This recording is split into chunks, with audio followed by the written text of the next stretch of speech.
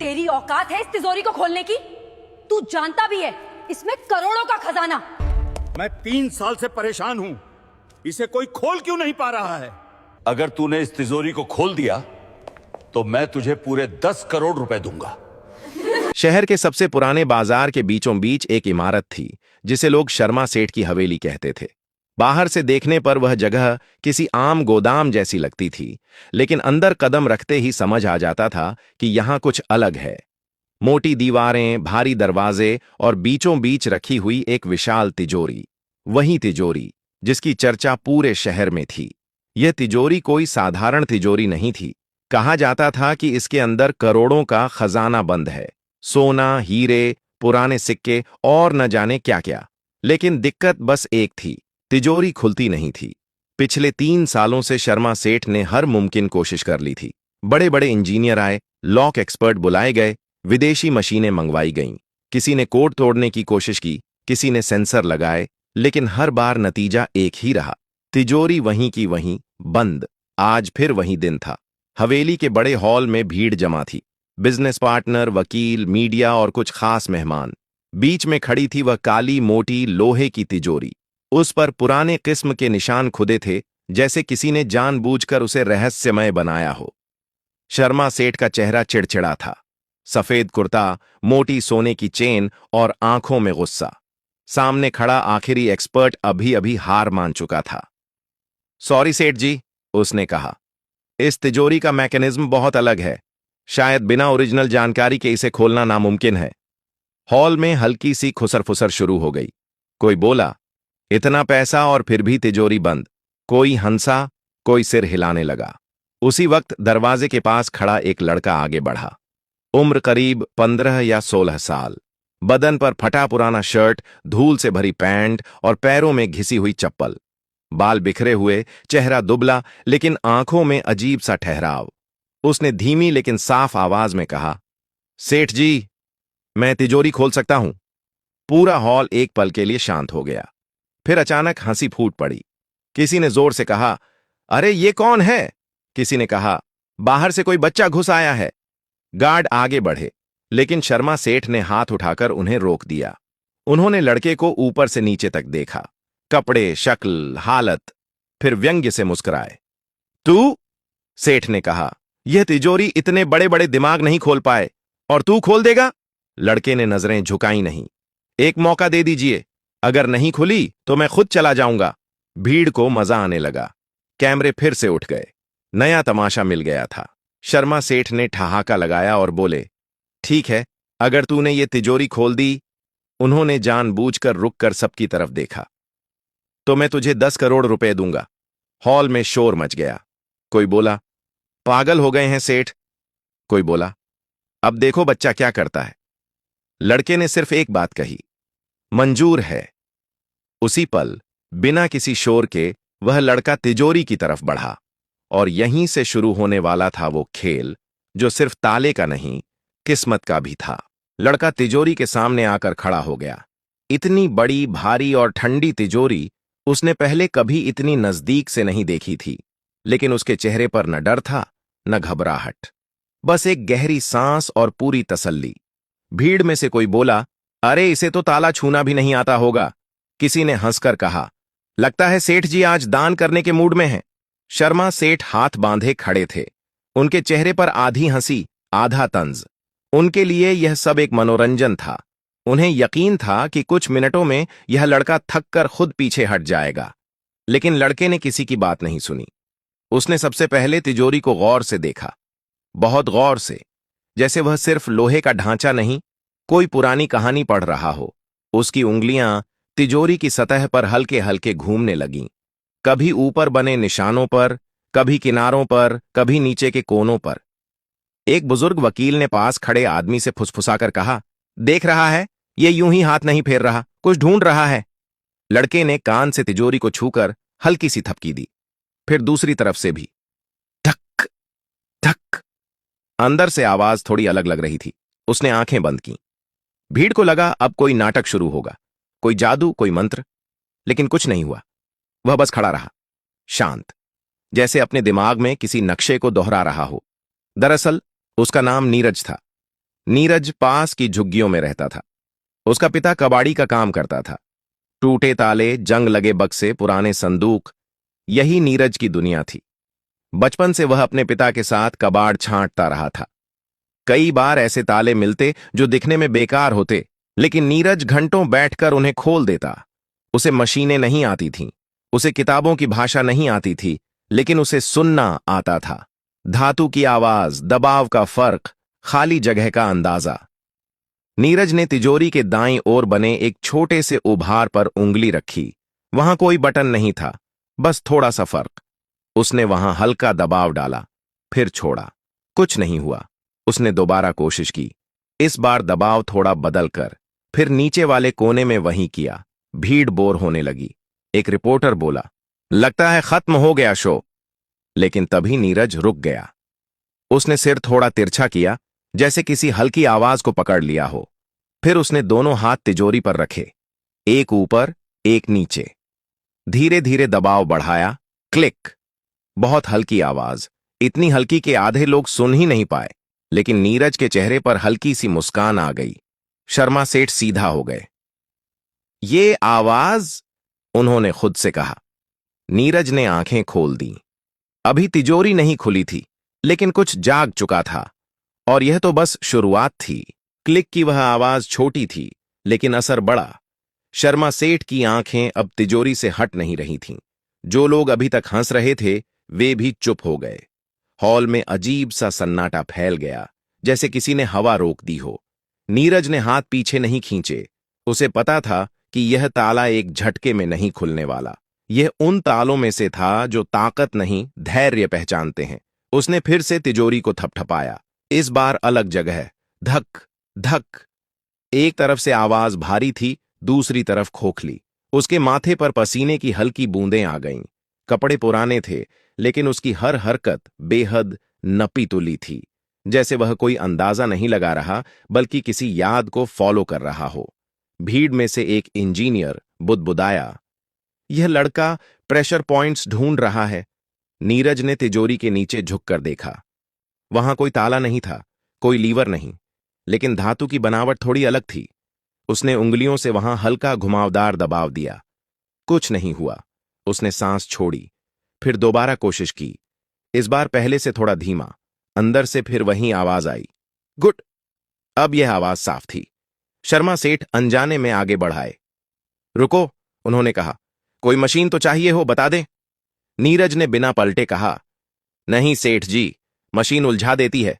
यह तिजोरी सीधे हाथ से बात करती है। कई लोग चौंक गए। सीधे हाथ से बात करती है? नीरज ने तिजोरी के सामने खड़े होकर आंखें बंद कीं। उसने दोनों हथेलियां तिजोरी पर रखीं, जैसे कोई डॉक्टर मरीज की धड़कन सुनता है। कुछ सेकंड तक वह बिल्कुल स्थिर रहा। फिर उसने बाएं हाथ से ऊपर के हिस्से पर दबाव दिया और दाएं हाथ से नीचे की ओर हल्का सा स्लाइड किया। क्लिक। फिर एक और क्लिक। अब आवाजें साफ थीं। हॉल में खड़े कैमरे फिर से चालू हो गए। रिपोर्टर फुसफुसाने लगे, कुछ हो रहा है। यह बच्चा सच में कुछ कर रहा है। नीरज के दिमाग में उसके पिता की आवाज गूंज रही थी, हर ताला जल्दी नहीं खुलता बेटा, पहले उसे समझना पड़ता है। उसने तिजोरी के किनारे पर उभरे एक बेहद छोटे निशान पर उंगली रखी। यह निशान जंग जैसा लगता था, लेकिन असल में वह जानबूझकर बनाया गया था। उसने वहां दबाव डाला, धीरे, लगातार। अचानक तिजोरी के अंदर से भारी चीज के सरकने की आवाज आई। गुड। धड़। भीड़ में किसी ने सांस खींच ली। अरे! नीरज ने हाथ हटा ली। वह जानता था, अभी नहीं। अगर वह जल्दबाजी करता तो सब फिर से लॉक हो जाता। उसने एक कदम पीछे लिया, गहरी सांस ली, फिर आगे बढ़ा। अब तिजोरी सिर्फ एक लोहे का डिब्बा नहीं थी, वह जाग चुकी थी और पहली बार वह खुलने के लिए तैयार लग रही थी। नीरज एक कदम पीछे हटा तो कई लोगों को लगा कि वह हार गया। भीड़ में फिर से हलचल होने लगी। बस इतना ही, अब थक गया होगा। देखा, कहां था ना? लेकिन शर्मा सेठ ने इस बार किसी को कुछ कहने नहीं दिया। उनकी नजरें तिजोरी पर टिकी थीं। उन्होंने साफ देखा था, तिजोरी के अंदर कुछ हिला था। वह कोई भ्रम नहीं था। नीरज ने अपनी हथेलियों को आपस में रगड़ा। पसीना था, लेकिन हाथ कांप नहीं रहे थे। उसने नजर उठाकर तिजोरी को देखा। अब वह उसे बाहर से नहीं देख रहा था, वह उसके अंदर की तस्वीर अपने दिमाग में बना चुका था। उसने धीमी आवाज में कहा, सेठ जी, अगर मैं गलत हुआ तो यह तिजोरी फिर से पहले जैसी बंद हो जाएगी, फिर कोई भी इसे नहीं खोल पाएगा। हॉल में खड़े कुछ लोग चौंक गए। ये क्या कह रहा है? ये तो रिस्क है। शर्मा सेठ ने दांत भींचे। 3 साल की नाकामी, करोड़ों की लागत और अब यह बच्चा। कुछ पल वह चुप रहे, फिर बोले, जो करना है कर, अब पीछे हटने का मतलब नहीं। नीरज ने सिर हिलाया। उसने तिजोरी के बाईं तरफ नीचे बैठकर कान लगाया। इस बार उसने थपकी नहीं दी, बस सुना। पूरा हॉल खामोश था, इतना कि किसी के गले से पानी निगलने की आवाज भी तेज लग रही थी। नीरज को अंदर से हल्की सी धातु की कंपन महसूस हुई। यह वही कंपन थी जो उसे कबाड़ में मिले पुराने संदूकों में महसूस होती थी। फर्क बस इतना था कि यह तिजोरी कई गुना ज्यादा जटिल थी। उसने दाएं हाथ की 2 उंगलियां एक साथ ऊपर के कोने पर रखीं, बाएं हाथ की हथेली नीचे वाले हिस्से पर। धीरे धीरे दबाव बढ़ाया, फिर अचानक दोनों हाथों का दबाव एक साथ छोड़ दिया। क्लैक। इस बार आवाज साफ और तेज थी। भीड़ में किसी ने जोर से कहा, अरे, ये तो सच में खुल रही है। नीरज ने समय बर्बाद नहीं किया। उसने तुरंत तिजोरी के बीच वाले हिस्से पर हाथ रखा और हल्का सा घुमाव दिया। यह घुमाव इतना छोटा था कि कैमरे भी ठीक से पकड़ नहीं पाए, लेकिन असर बड़ा था। तिजोरी के अंदर जैसे कुछ सेट हो गया हो। अब आवाजें बिखरी हुई नहीं थीं, वे क्रम में थीं। गुड, क्लिक, धक। शर्मा सेठ का चेहरा सफेद पड़ने लगा। उन्होंने जिंदगी में बहुत कुछ देखा था, लेकिन यह पहली बार था जब उनका शक डर में बदल रहा था। नीरज के दिमाग में एक ही बात चल रही थी, जल्दी नहीं, अगर जल्दी की तो सब खत्म। उसने आखिरी बार तिजोरी के सामने खड़े होकर दोनों हाथ रखे, आंखें बंद कीं, सांस रोकी और बहुत हल्के से, जैसे किसी सोए हुए बच्चे को जगाते हैं, उसने दबाव डाला। अचानक तिजोरी का ऊपरी हिस्सा 1 इंच बाहर की ओर सरक गया। पूरा हॉल सन्न रह गया। यह अभी पूरी तरह नहीं खुली थी, लेकिन अब कोई हंस नहीं रहा था, अब कोई शक नहीं कर रहा था। अब सब जान चुके थे, यह लड़का खाली हाथ नहीं आया है। तिजोरी का ऊपरी हिस्सा 1 इंच बाहर सरकते ही जैसे समय थम गया। कोई चिल्लाया नहीं, कोई ताली नहीं बजी, सब बस देखते रह गए। नीरज ने हाथ वहीं रखे, उसने धक्का नहीं दिया। उसे पता था यह वह पल है जहां ज्यादातर लोग गलती कर बैठते हैं। अधीरता, ज्यादा जोर, और ताला फिर से खुद को बंद कर लेता है। उसने बहुत धीमी आवाज में खुद से कहा, अब बस, सही क्रम। उसकी आंखें तिजोरी के अंदर झांकने की कोशिश नहीं कर रही थीं। वह बाहर के संकेत पढ़ रहा था, हल्का झुकाव, दरवाजे का वजन, धातु की सांस। उसने बाएं हाथ से ऊपर वाले हिस्से को स्थिर रखा और दाएं हाथ से नीचे की ओर बहुत हल्का दबाव दिया। गुड। अब आवाज भारी थी, ऐसी आवाज जो सिर्फ तभी आती है जब अंदर कुछ बड़ा अपनी जगह छोड़ रहा हो। शर्मा सेठ अनजाने में 2 कदम आगे आ गए। उनका गला सूख चुका था। खुल रही है, उनके मुंह से अपने आप निकल गया। नीरज ने आखिरी बार नीचे की ओर उंगली घुमाई, बस आधा घेरा, उसे ज्यादा नहीं। क्लैक। इस बार आवाज ने कोई शक नहीं छोड़ा। तिजोरी का दरवाजा अपने आप आगे की ओर झुक गया। 1 सेकंड, 2 सेकंड, फिर भारी लोहे का दरवाजा पूरी तरह खुल गया। पूरा हॉल जैसे फट पड़ा। खुल गई! अरे, ये तो खुल गई! ये बच्चा कर दिखाया! कैमरे चमकने लगे, लोग आगे बढ़ने लगे, लेकिन गार्ड्स ने तुरंत रोक लिया। शर्मा सेठ खुद तिजोरी के सामने पहुंचे। उनके हाथ कांप रहे थे। तिजोरी के अंदर का नजारा किसी ने सोचा भी नहीं था।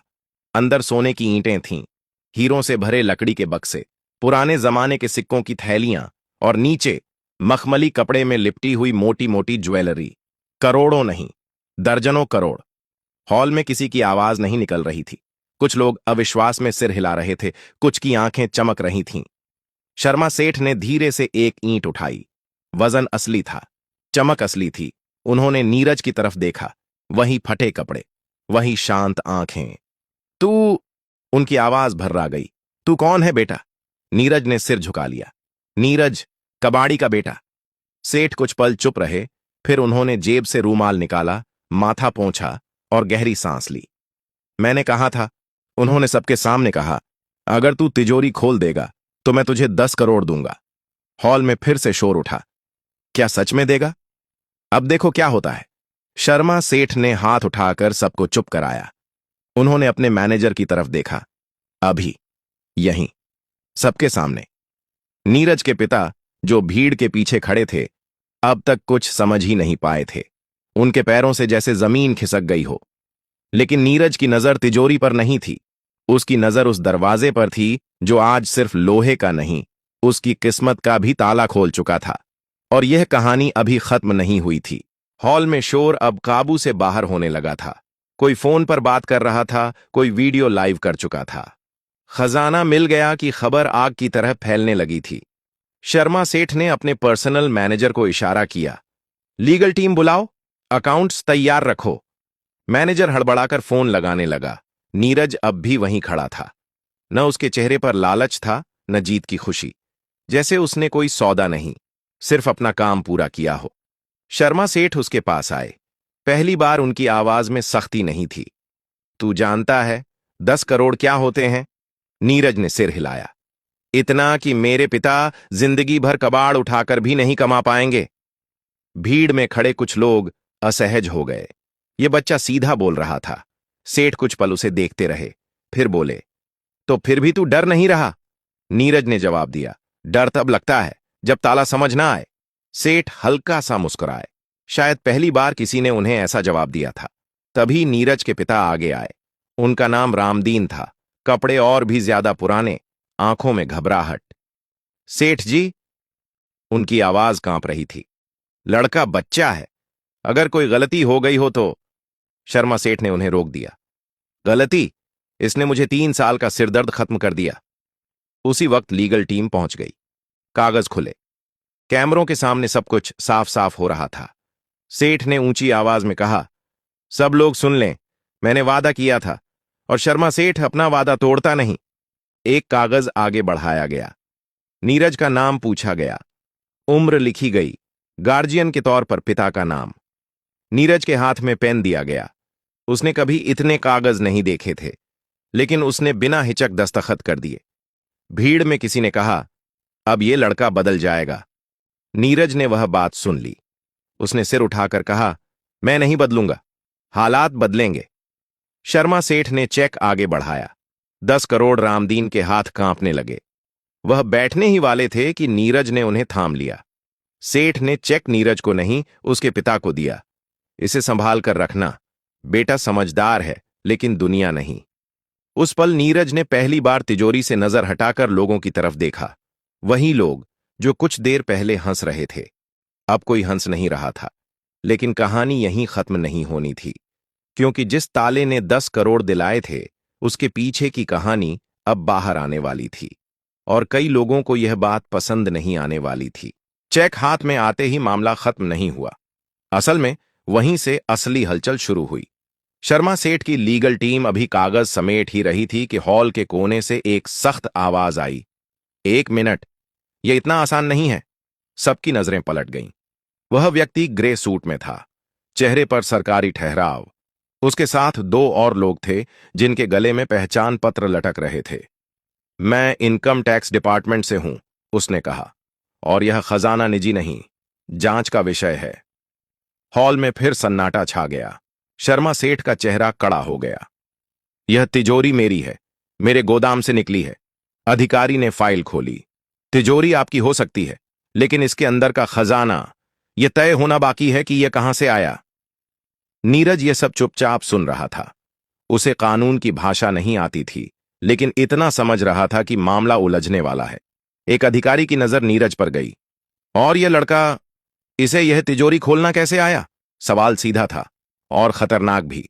भीड़ में फुसफुसाहट शुरू हो गई। कहीं चोरी तो नहीं? इतना छोटा और इतना हुनर? रामदीन घबरा गए। साहब, मेरा बेटा सीधा है, कुछ गलत नहीं किया। नीरज आगे बढ़ा। मैंने तिजोरी नहीं चुराई, मैंने बस उसे खोला। कैसे? अधिकारी ने पूछा। नीरज ने एक पल सोचा, फिर बोला, मेरे पिता कबाड़ उठाते हैं, पुराने ताले, संदूक, पेटियां, मैं उन्हें खोलता था। कुछ ताले ताकत से नहीं, सही जगह छूने से खुलते हैं। यह भी वैसा ही था। एक सीनियर अफसर जो अब तक चुप था, उसने तिजोरी को गौर से देखा। यह लॉक सिस्टम, यह इंडस्ट्रियल नहीं है, यह हाथ से बनाया गया है, पुराना है। उसने नीरज की तरफ देखा। तूने मशीन नहीं इस्तेमाल की, ये बात हमारे लिए अहम है। शर्मा सेठ ने तुरंत कहा, जो भी जांच करनी हो करो, लेकिन मेरा वादा। अधिकारी ने हाथ उठाया। वादा रहेगा, लेकिन इस लड़के को हम नजरअंदाज नहीं कर सकते। नीरज को पहली बार हल्का डर लगा। ताला खोलना आसान था, सिस्टम समझना नहीं। लेकिन तभी वही सीनियर अफसर आगे 3 आया और बोला, डर मत, तुझ पर कोई आरोप नहीं है, बल्कि हमें तेरी जरूरत पड़ सकती है। किस लिए? नीरज ने पूछा।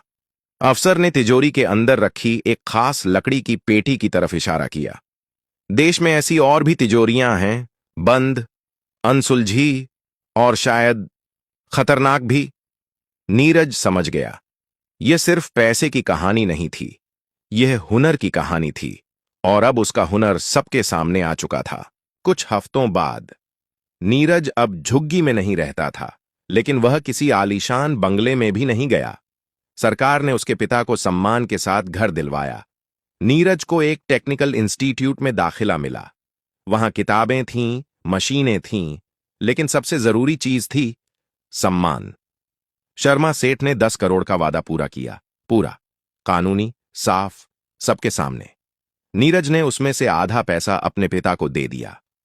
आपने मुझे कबाड़ में मौका दिया, उसने कहा, अब आपकी बारी है आराम करने की। बाकी पैसे से उसने एक छोटा सा वर्कशॉप बनाया, नाम रखा नीरज लॉक लैब। वहां वह बच्चों को सिखाता था, ताले खोलना नहीं, सोचना। एक इंटरव्यू में किसी ने उससे पूछा, इतनी कम उम्र में करोड़पति बन गए, कैसा लग रहा है? नीरज ने साधारण सा जवाब दिया, मैं करोड़पति नहीं बना, मैं सिर्फ दिख गया।